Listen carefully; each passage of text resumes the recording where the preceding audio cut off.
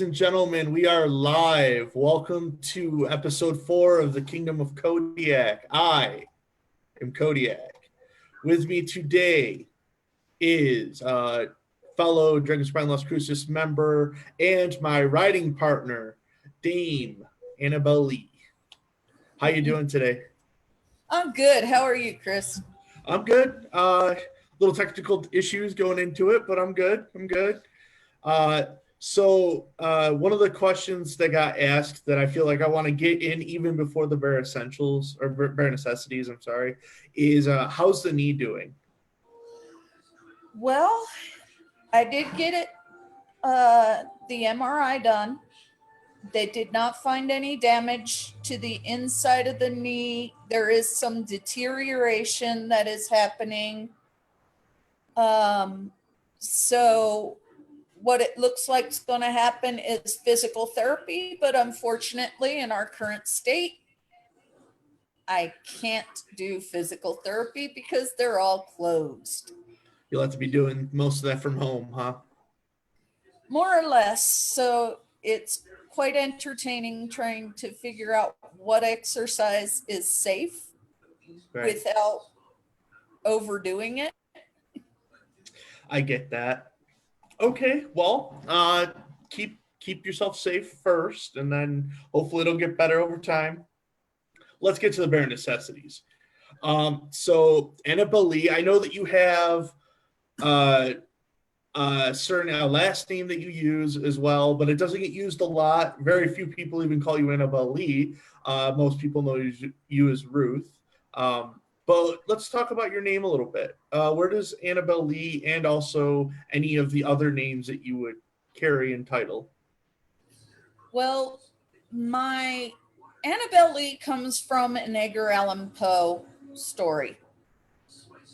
Okay. And it really wasn't even my idea. I don't know the whole story behind it. Francis talked me into it. Okay. And I was like, okay, it's Edgar Allan Poe. I like him. Telltale Heart. Awesome, awesome writer. I can roll with that name. Okay. With that. As for the last name, it's that Ravensholm thing. It's Francis's. We just carried it across. So it sounds like your husband had a lot to do with the persona name. My husband had a lot to do with getting me into Amtgard. That's good. I was not an open nerd before I met him. Right. So how long have you been playing? Since 97? Yeah, since 97. So 23 years? Pretty much. Wow. Straight through? Was there any breaks or anything? Or there was about a year maybe after we left Hobbs and moved to Arizona that I didn't play.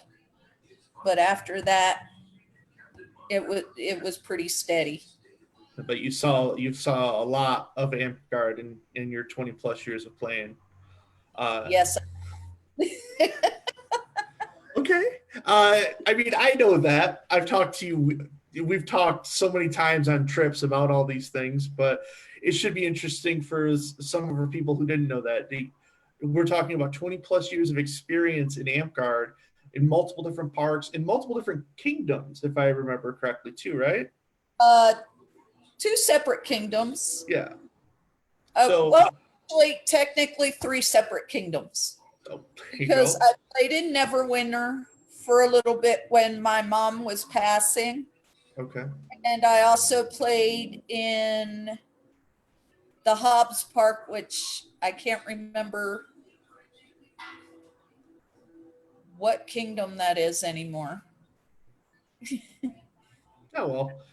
Just the idea that I wanted to put forth is you're a wealth of knowledge. If anyone is ever looking for information, I know breaking into the game, you took me and 6 other brand new people, well, 5 other brand new people under your wing with no question. And we took a lot of growth from your input and insight. So super awesome person. I'm not going to get too emotional here. I haven't seen you in a while. That's new, so that hurts. Um, what award are you most proud about receiving? Granted, for people who don't know, you were knighted recently. You were given your masterhood recently. But what is the award that you're the most proud of?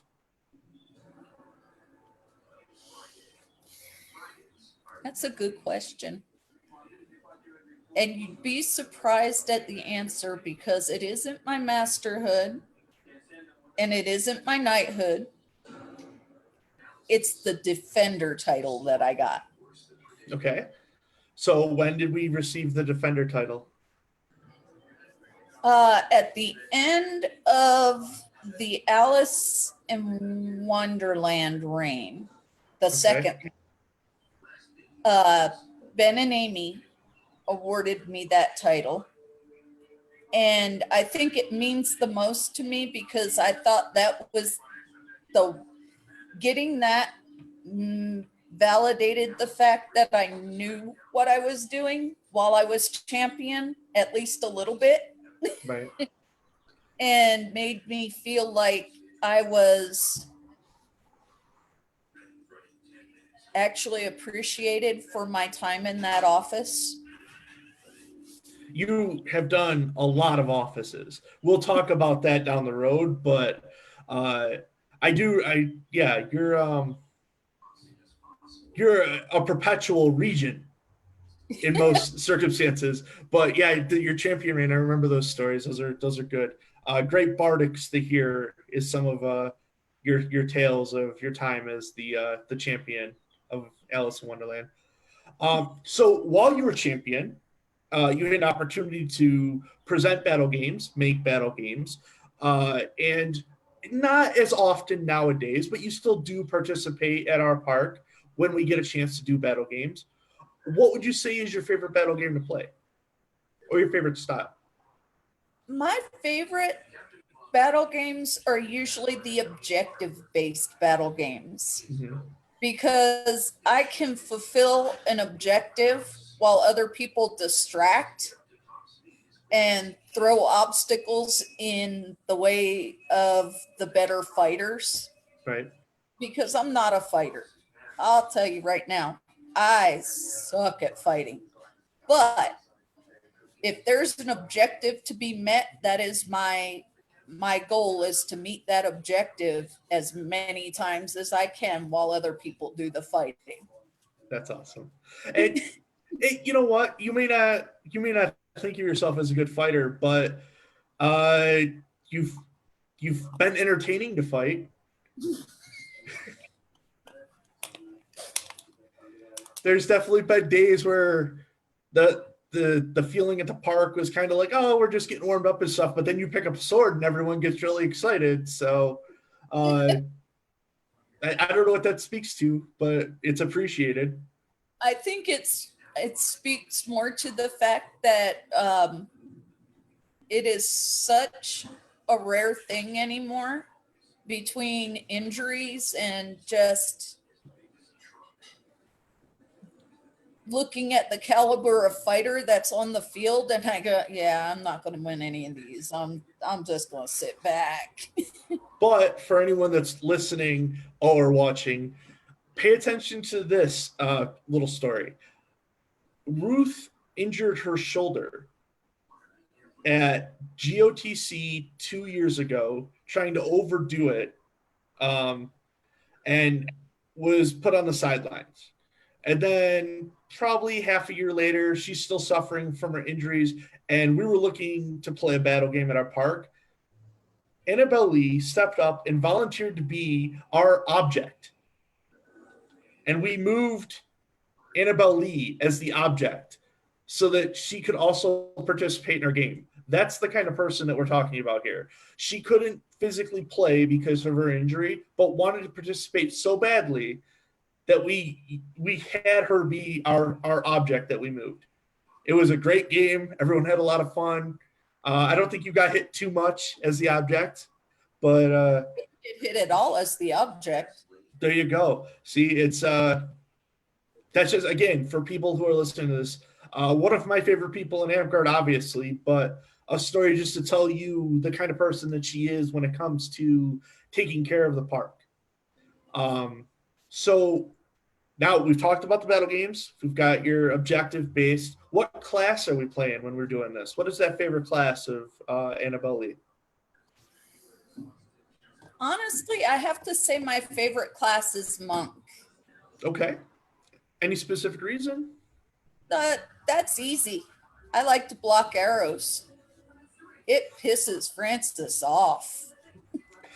For the people listening, Sir Francis is an archer most of the time when he plays, and you know that's the kind of marriage that Annabelle and Sir Francis have. They, it's so appreciated. We've been married for 25 years. Yeah, and through that, you also have Redbeard, who is Yes. also an archer. So Yeah. taking more after Sir Francis, but as a monk, you can block both of them and laugh at them. Exactly. And I do. That's the All right. So, Francis be into that, by the way. oh yeah. Yeah. So he gave you the way to beat him. Yes, because I was getting mad at him. Told him to stop fucking shooting me. That's fair. Yeah. No, I've definitely been in battle games where Leon is called and I'm immediately shot in the chest, and I'm like, okay, cool. Yeah. So I get that. All right, archers, what are you gonna do? Right. Nerf them. That's what I say. Nerf them all. So the extension of the bare necessities has come to two questions in Kingdom of Kodiak that have been asked every week for pure enjoyment of the people that are listening. Stillhelt asks, "What is your stance on bears?" I love me bears. Bears are fun. Can People, shoot bullets. populace of the Kingdom of Kodiak, friend of bears has been acquired. No, it's good. I think Stillhelt asks mostly because her background and whatnot too, but that's good. This week, Morgan is the one who's asking about toasters. I believe the question is centered around when are people going to get their free toasters? Well, the answer to that is PM Balder and ask him to send you your free toaster. So this seems like it's been linked up to Balder, guys. Your Royal Highness Queen Balder is responsible for these toasters. We can keep asking people moving forward, but please understand, it's Queen Balder's fault. All right. So, as I let you know before we came on, you have a lot of questions in a couple different categories. The first one I really want to get into with you is probably the freshest given what's happened event-wise to you as a player, and that would be your knighthood. So Miranda did ask, what is the greatest challenge in the game or in the game after achieving knighthood? Honestly, I feel like the challenge just started. You, from knighthood to, from striving for knighthood to getting knighthood, it's almost like a new level of expectation once you're there. Now everybody's looking at you. Everybody wants to know, what are you doing? Why are you doing it? Are you doing it for a specific reason? I personally feel like I've had to step up my game now that I'm a knight. Right. And So, just to clarify, real quick, can you let the people know what your knighthood is in? flame. Okay. So Which, I am a flame knight in the service area of Lion. okay. Which was complicated because you were up for consideration during GOTC 2 years ago. Well, I guess last year, given Yeah. that that hasn't happened this year. Um, and I remember sitting in the COM meeting with you, Circle of Monarchs meeting for people who aren't aware, and actually seeing the vote fall two different ways.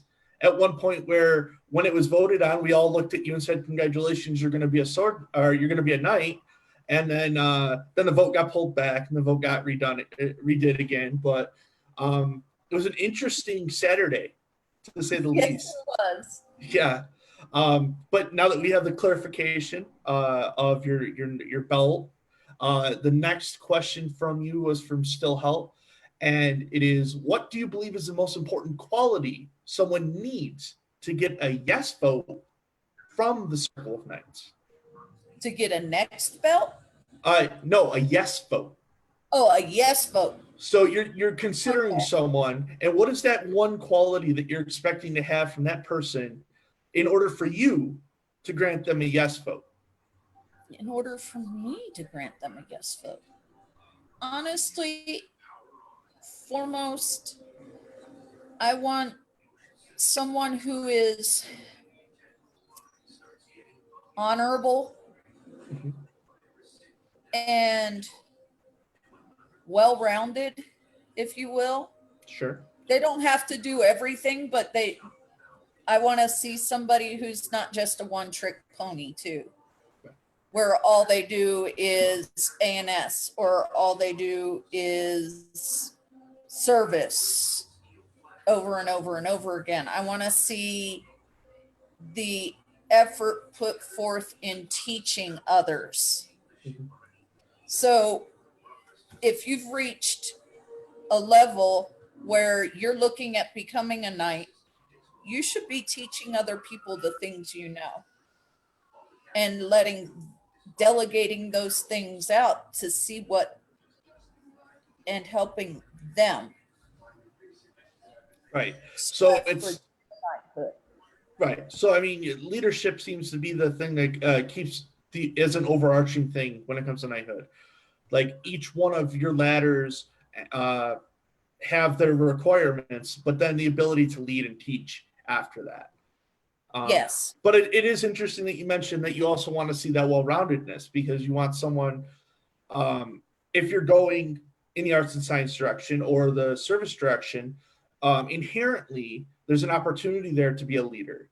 Now, inside of Sword Knight, uh, you to improve your combat, my belief of that would be that you would want to teach people so that the people around you are good, so you can continue to grow. But um, if that makes sense. It does. Okay, so I mean, offering the opportunity to be a leader inside of each one of those inherently is created by the fact that you're being considered and being a white belt. But awesome. So Morgan is interested in asking about your feelings on the current activity of the Circle of Knights.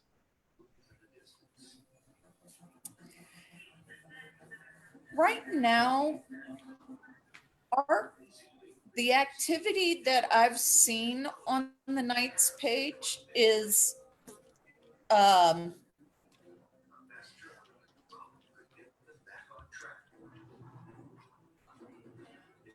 we've got a little bit of stuff going on, but not a whole lot. It's um, I'm trying to think how to phrase this. It is no one has been brought up to the circle that I am aware of other than my friend. Yeah, with the people. Up to the circle, that's just a conversation you and I have had multiple times. Well, sure. I mean, I find knighthood so intriguing that I keep my own records on it. So yeah, I know of the individual, and anyone interested in knowing the individual can either wait until the next time we have a coronation or whatever, because it's obvious at this point, I think. But you would probably at this point, would you say maybe it's a little quiet right now as far as the activity goes? Yes. Okay. So when we've talked about some of the crunchy inside of the knighthood, but we haven't talked about the belt line that comes with the knighthood. So Stillhelt asks about your belt family, and I was interested in breaking this down a little bit farther.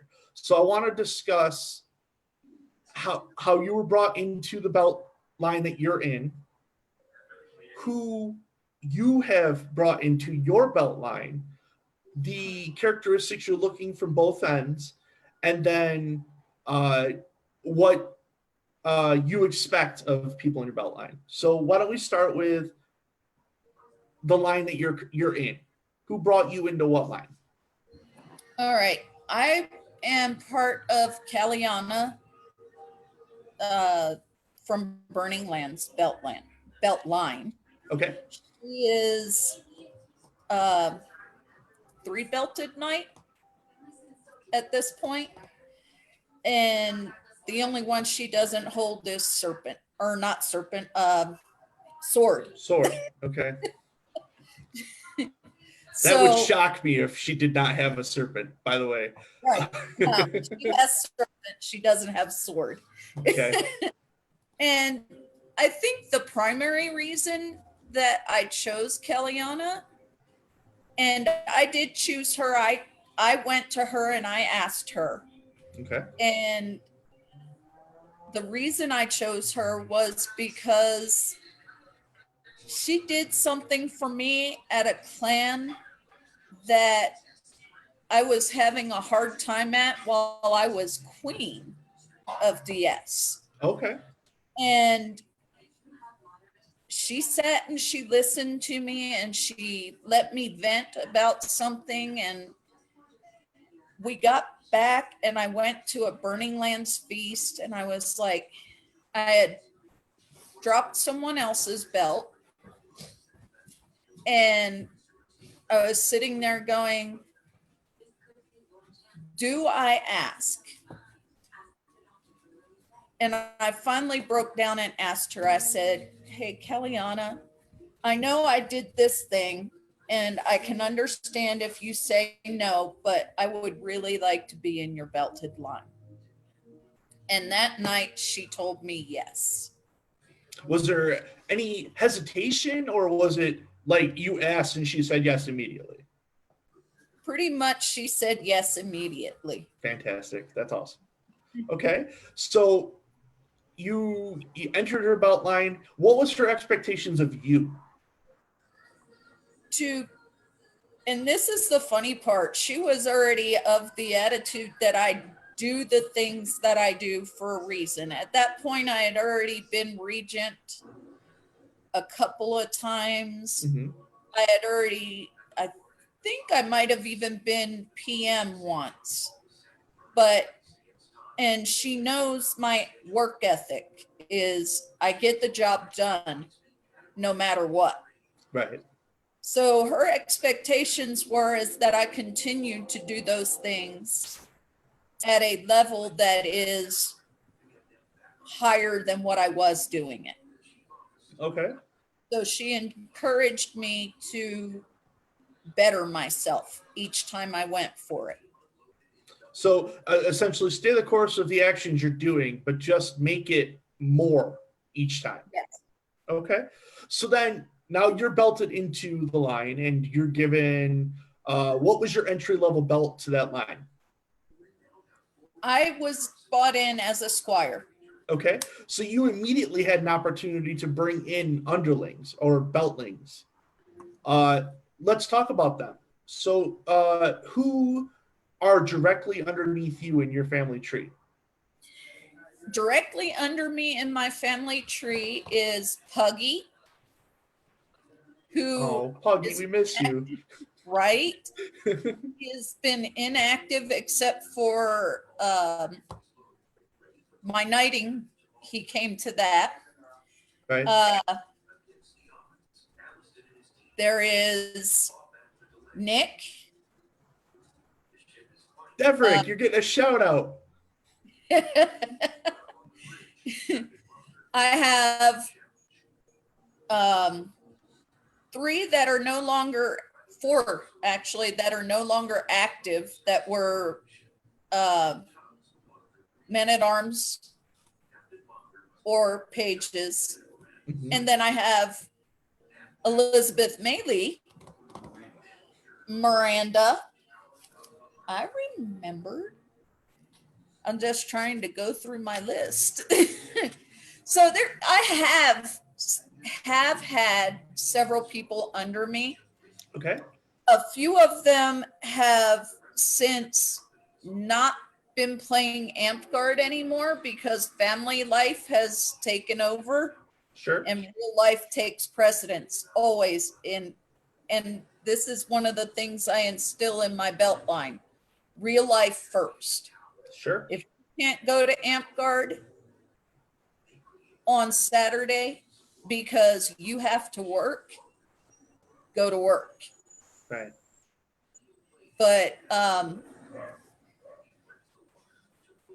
I have four currently under me that are active and still out there, and that's Deverick, Miranda, Stillhead, and I I still consider Puggy active under me, but He'll be back at some point, I'm sure. yes, All right. he is. So we know now, we know the tree a little bit. We know the belt line. You don't have to go into individuals, but you can if you want. What quality were you looking at when you decided to put them into the belt? When I put a belt on my people, I have to see them be willing to do the things that I expect of them. Okay. And most of them do that.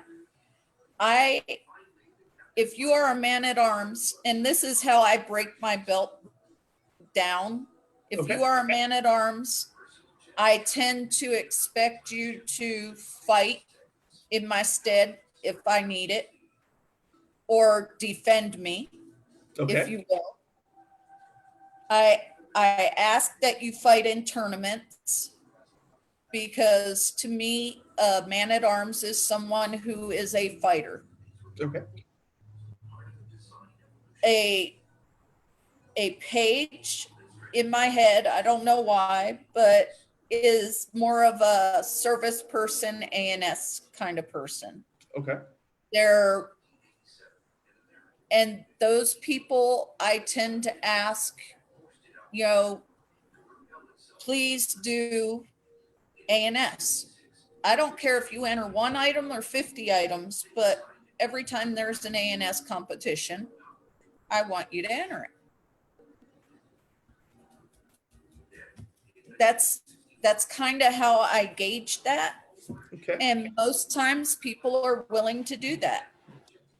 So now, when you're going to think about promoting someone to a squire, do you merge the two to a point of something else you're looking for, or is it a matter of time, or what makes that decision for you?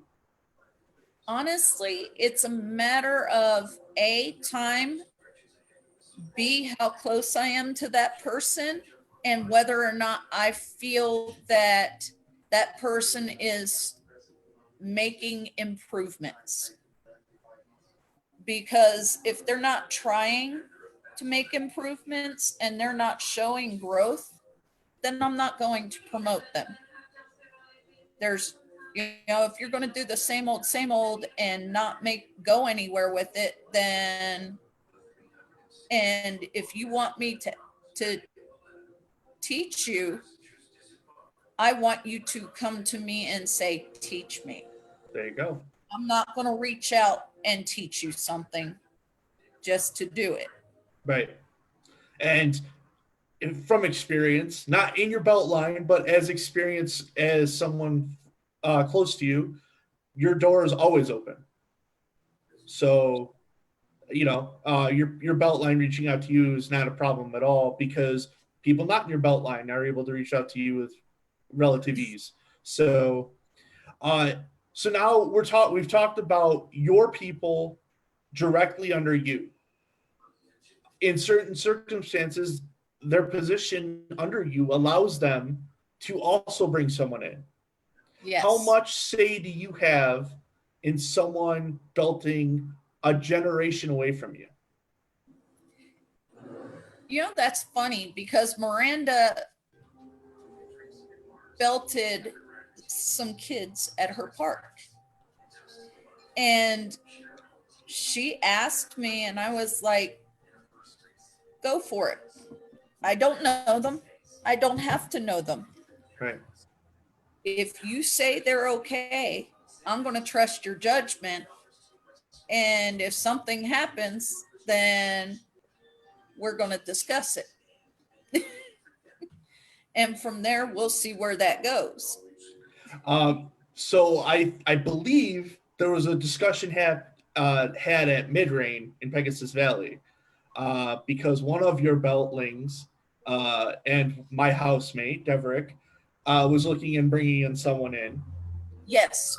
So the way that I'm told the story, and you can correct me if I'm wrong, was after introductions and whatnot, you said you wanted him, and it was less Deverick asking for approval and more of you requesting his services. Yes. Yeah. So for anyone out there that needs the history of that, that's the kind of night that Deverick has. She knows before he knows. Sometimes.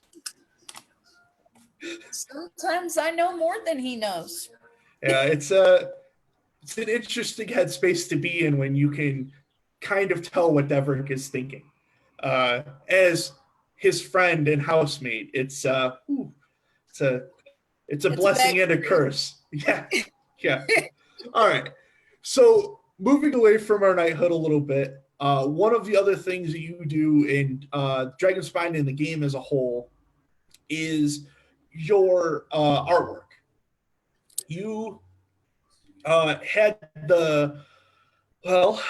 I want to say privilege, because it was my pieces, of doing all of my tabards and tunics. I apologize for the maze.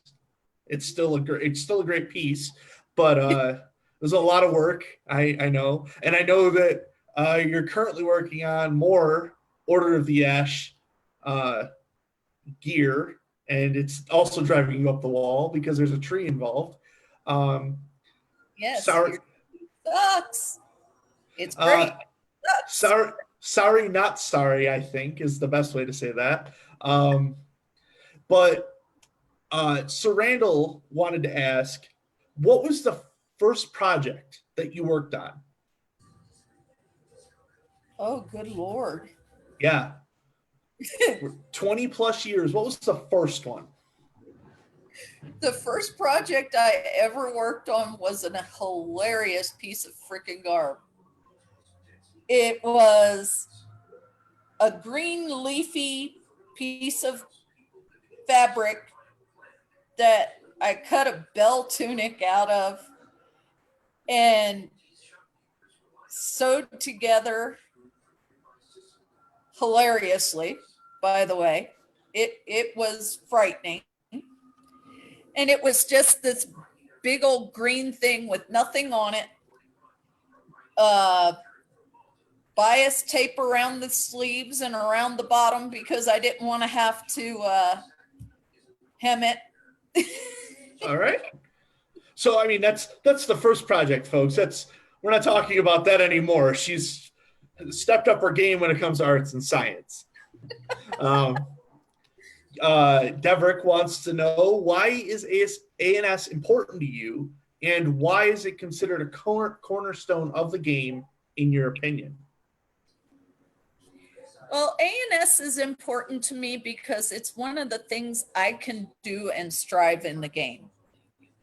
While yes, my leadership and my service to the game I enjoy, A&S is my outlet for other things as well. Just everybody knows I'm a teacher. I deal with a lot of crap while I'm teaching. I get injured a lot during my time as a teacher. Right. So when the stress gets to be too much, I use A&S as my outlet. So that's why it's important to me. It is a stress release. Well, As far as why is it a cornerstone to the game? I think it's a cornerstone to the game, in my opinion, because it allows those that are not fighters to excel at something within the game. Our serpent knights are not always fighters. sure. They're more our service people. It's where a lot of them shine before they even get into the game, because some of them were tailors, some of them were bought up to be quilters, some of them were just, that's their thing. They love fantasy, they love role play, they love to be out in general at the park, but they don't have anything that they feel like they can contribute a lot of times, and this is where they contribute in a big way. So Deverick did want to point out that he asked when he belted Iris, he just he wanted to make sure that was pointed out, that you have that pointed out, sir. As far as your arts and science goes, I know that you have taught a couple of new people how to do some things. In my experience with you, I know that you've also done some projects to make sure that people are garbed and whatnot. You and I specifically worked on tabards last rain to make sure that we had some new people garbed up, which was fantastic. Did some Harry Potter colors, and we essentially handed all of those out, so that was cool. Do you see the strong connection? Obviously, there's a strong connection between arts and science and service, but when you're doing the work like that, do you feel inspired on both sides of that because of it? I do. I feel like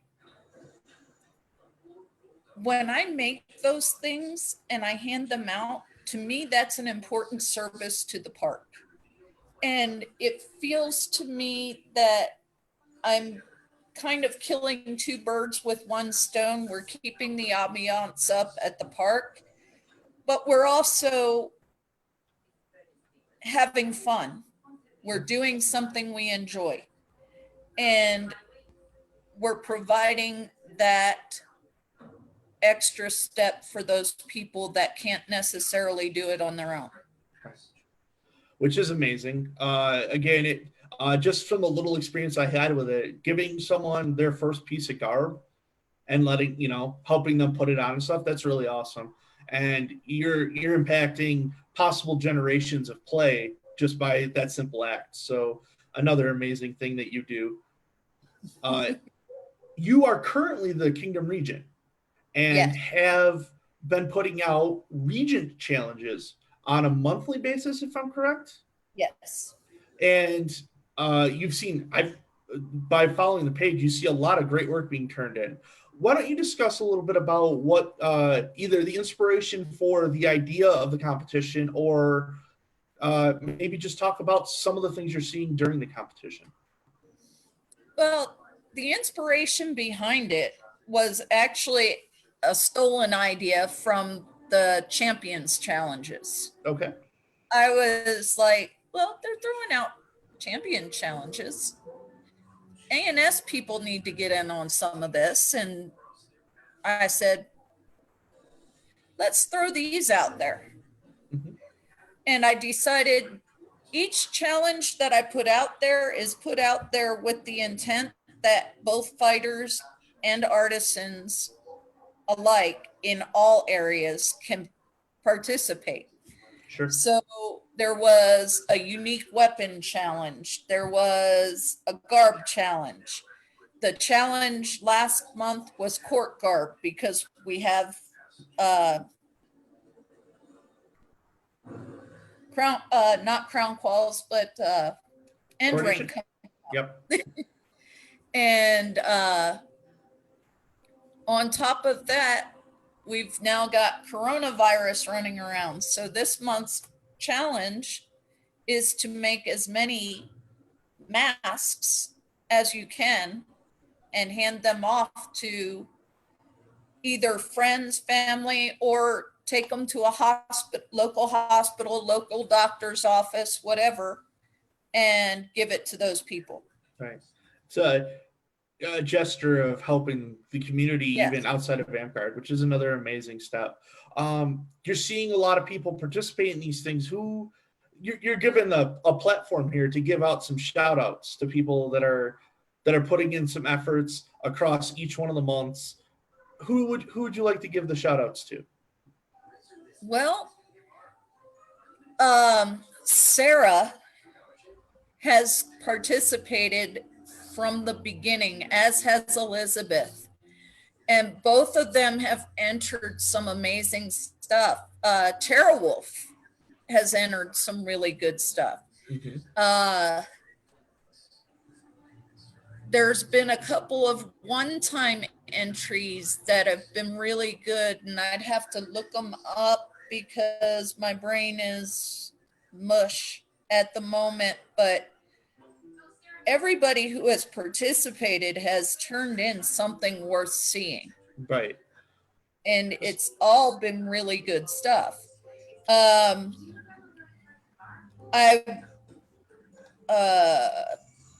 Sons Haven.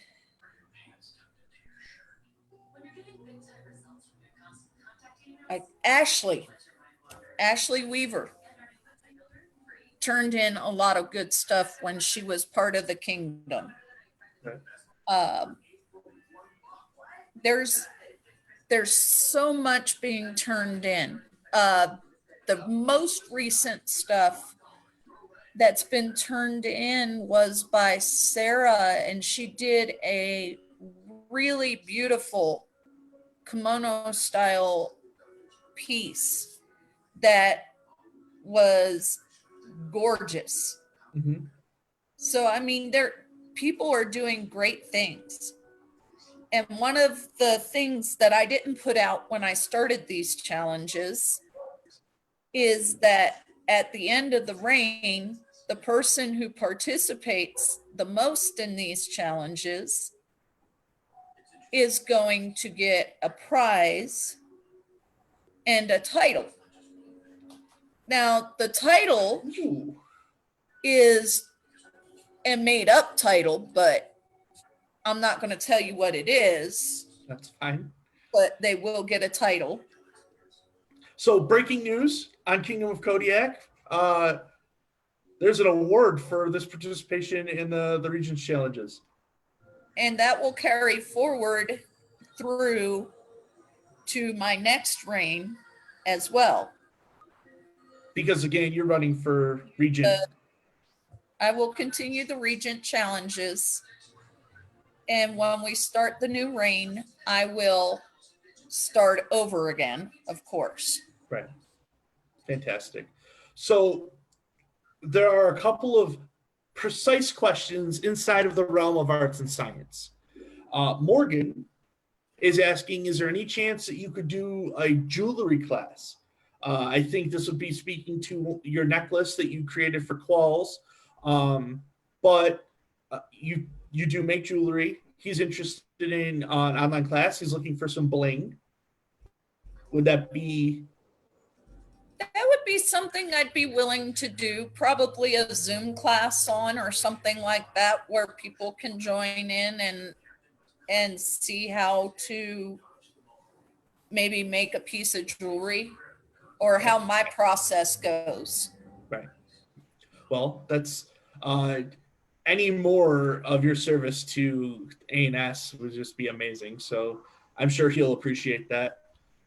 Still Help asks, and this goes back, this is a running joke at this point that goes back to Dragon's Crown Las Cruces' mid-reign, but how should Amtgard make a legal dark saber? First of all, it is a flat blade. Okay. There you go, Tajima. It's a flat blade. But all sides are legal because it is a lightsaber. So how do we make a flat blade with strike legal sides? Does it have to be fat? To be honest, I'd almost say the best way to make it is have the flat and then have a portion of it on the flat that is rounded to cover the omni piece. Okay. So anyone from Cloud's Edge who's listening to this that needs to make an omni blade, there it is. It's a flat blade. That's the stance it's being held. It's not a rounded blade, but it is made in such a way that it is strike legal across the whole thing. You have your answer, people. Your answer has been given. Thank you. All right. Well, it's been burning people for a while now, so why not ask it? Right. All right. So the last category I have for questions, outside of looking to see if anyone asked any new ones, is what we labeled as the goofy questions. Xander the Reaper from your local park wanted to know, why are you so fly? It's me. No, I don't think I am, to be honest. Well, that's just outright lie. We've probably spent more time in the car together driving to parks and events than we've actually spent at parks and events at this point. You are a fantastic person. And I think Xander is simply just stating facts, and the whole point was for you to just be like, yeah, which I think is what we got out of this.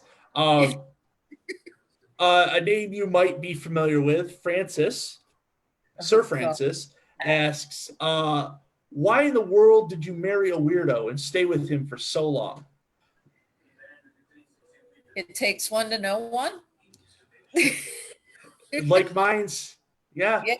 If you've ever seen these two in the same room, folks, you know why they're together. I'm sorry. It's like the perfect two pieces come together. It's awesome. The last two questions, I think, take a new step of silly, but you have answers because you prepared for these. What is the square root of a bowl of oatmeal? 4 bowls of oatmeal. Morgan, you have your answer. It's 4 bowls of oatmeal. And the next question, how much does Canada weigh? Well, let's see. With or without the people on it? Oh, see, Morgan, your question wasn't specific enough. So you have your answers, Morgan. Annabellee, obviously it's a privilege for me to get to talk to you at any point. I do miss coming over weekly for movies and arts and science, but life does happen at this point. Um, how we're coming up on quals. I know that we've been talking about that a little bit off camera. Excited about the quals entries for this. I was very excited about this because I had a piece that I've been working on for 2 years now, and I was going to finish it off, but made a decision last minute not to because with it being a pass fail, I really don't feel like this piece is a pass fail piece. So I'm going a different direction with that part. But I'm really excited because I made a shield without anybody's help. And I've made a sword that is actually legal, not to be sold at an event. So I was like, yes, my first actual legal sword. Right. So when you're talking about the pass fail, just for people that are listening that weren't aware, the quals this at the end drain will be only a pass fail system. There will be no scores. So I won't get to win another arts and science competition. For anyone that's wondering, I won the last qualifications. Just putting it out there for anyone who was paying attention. So it's a joke that we will continue to tell until it's proven otherwise at this point, because that's what the scores say. Annabellee, it was a privilege to have you on today. Thank you so much. We are in a weird point when it comes to Amp Guard, but this should be coming to an end in at least in a couple months. We should be back to Amp Guarding, hopefully full time. Right. Can't wait to see you again. I did, as far as just Amp Guard as a whole, I did want to make a couple announcements for Kingdom of Kodiak, if you can just bear with me. This is an opportunity for us to get our next 4 interviews in. I'm asking for 4 Paragons. We have spoken to a Paragon healer in Zana. She did a very good job. I would like to speak to 4 different classes if I could, and hopefully the last one of those people being a knight. So if you have anyone that you're interested in talking to me about their Paragons, please reach out. And if you're interested in joining the Kingdom of Kodiak for one of my weekly chats, please PM me and we'll discuss when and how we can do that. Annabellee, again, for the 3rd time, thank you so much for joining. I appreciate it. Is there anything you'd like to let the people know?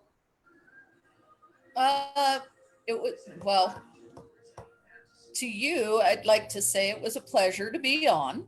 Thank you.